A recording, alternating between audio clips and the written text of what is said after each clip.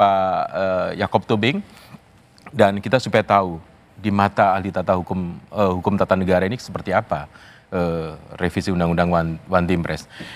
Kita mulai dari DPR dulu ya, Pak Hendrawan, apa sih yang menjadi urgensi dari DPR itu mau ngubah undang-undang yang terkait dengan One Team Press kemudian menjadi Dewan Pertimbangan Agung? Bisa disebut One Team Gong atau DPR?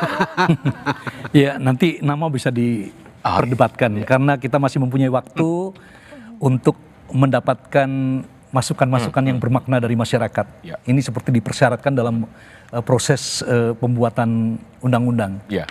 Jadi Mas Agung dan pirsawan yang kami hormati, pertama-tama saya ingin menyampaikan apresiasi kepada Kompas TV karena membuka masalah ini ya dalam perdebatan publik seperti ini. Jadi mudah-mudahan ini menjadi pintu masuk agar kita memikirkan sistem ketatanegaraan kita secara lebih komprehensif, lebih mendalam. Karena selama ini amandemen konstitusi itu ternyata melahirkan dalam praktik ya, melahirkan sejumlah lembaga negara yang antara ada dan tiada. Ya, kita sudah mendengar keluhan ini di banyak tempat. Misalnya DPD yang tidak berfungsi dengan baik, ya. Kemudian MPR yang dianggap hanya sebagai event organizer untuk pelantikan presiden.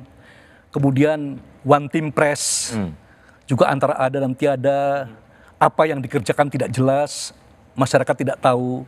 Itu sebabnya yang ada di benak DPR adalah mari ya dengan kewenangan yang ada kita fungsionalisasikan lembaga-lembaga negara yang sudah memakan anggaran rakyat ini.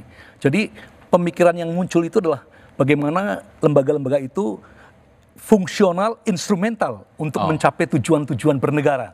Jadi memang khususnya PDIP juga ingin ini dibuka, Prof ya?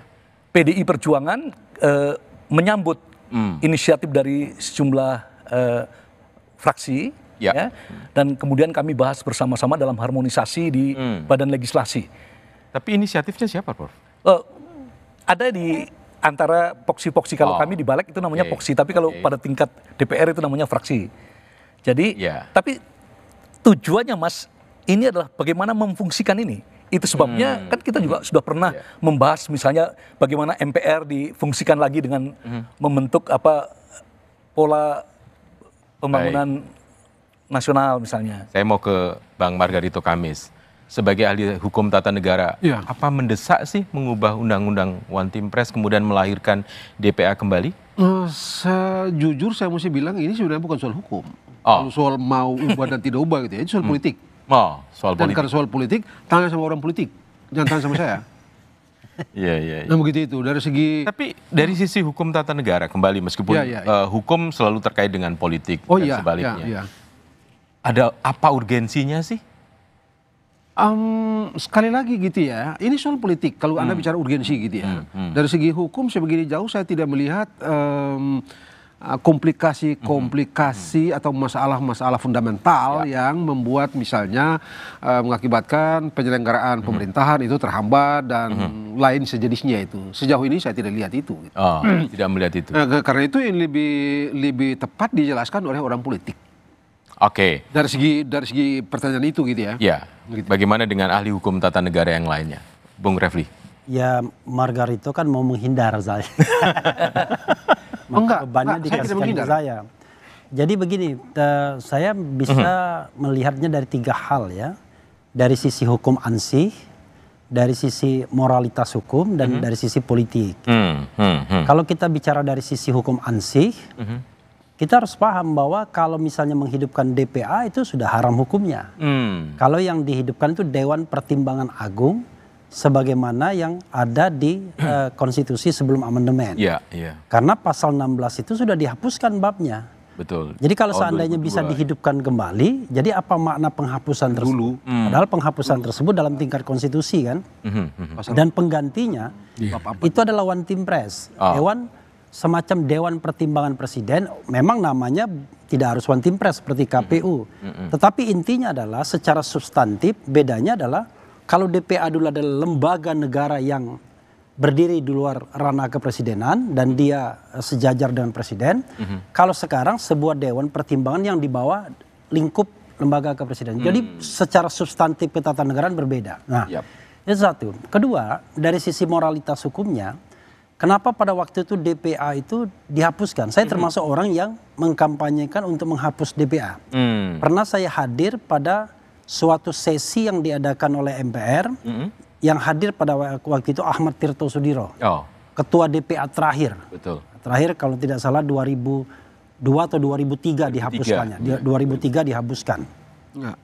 Saya katakan begini, untuk menilai sebuah lembaga negara itu penting atau tidak, maka pertanyaannya gampang. Kalau lembaga negara itu ditiadakan, apakah jalannya ketatanegaraan akan pincang?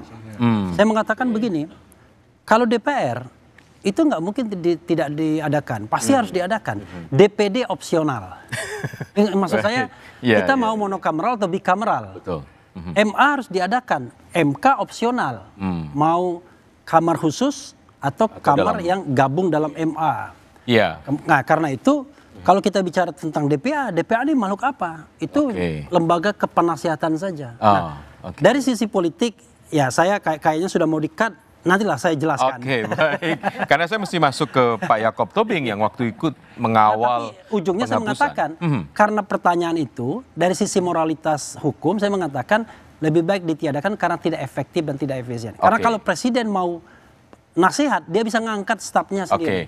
Betul begitu Pak Yaakob, waktu dihapuskan tahun 2002, dan kemudian tahun 2003, waktu itu seingat saya 2002. 2001. Karena tahun 2003 kemudian MPR juga bingung tuh mau menempatkan DPA-nya di mana gitu. Apa sih yang membuat DPA dihapuskan pada waktu itu Pak Yaakob? Iya, karena sebetulnya kedudukannya itu juga tidak terlalu jelas ya. Dia diangkat oleh presiden, dipilih oleh presiden, tapi berkedudukan sebagai lembaga tinggi negara sama dengan presiden. Dan barangkali kita masih ingat ya ada satu peristiwa di mana DPA itu berbenturan dengan Presiden Soeharto. Kalau nggak salah Pak Baramuli waktu itu. Pak Baramuli, betul. Itu hanya satu sisi yang kita lihat waktu itu juga. Kalau memang harus jadi mewakili seluruh rakyat sebagai lembaga tinggi, baiknya itu memang dibentuk oleh atas permintaan rakyat lah ya, diatur begitu oleh konstitusi. Makanya kita tidak adakan. Tetapi bahwa perlu ada Dewan Pertimbangan, sengaja tidak disebut lagi nama Dewan Pertimbangan Agung. Itu sebagai Dewan Pertimbangan yang memang ya dia itu sekedar memberi pertimbangan, tidak sejajar kedudukannya dengan presiden. Itu sebetulnya singkatnya begitu.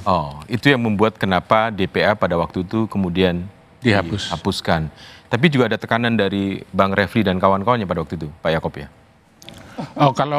Kalau dari masyarakat, khususnya para akademisi, civil society itu memang kuat tekanan. Kuat sekali ya tekanan pada waktu itu. Dan kita ingin tahu nanti, apakah dalam waktu yang tinggal pendek ini, DPR mampu mengubah undang-undang One Team Press kemudian menjadi melahirkan DPA kembali?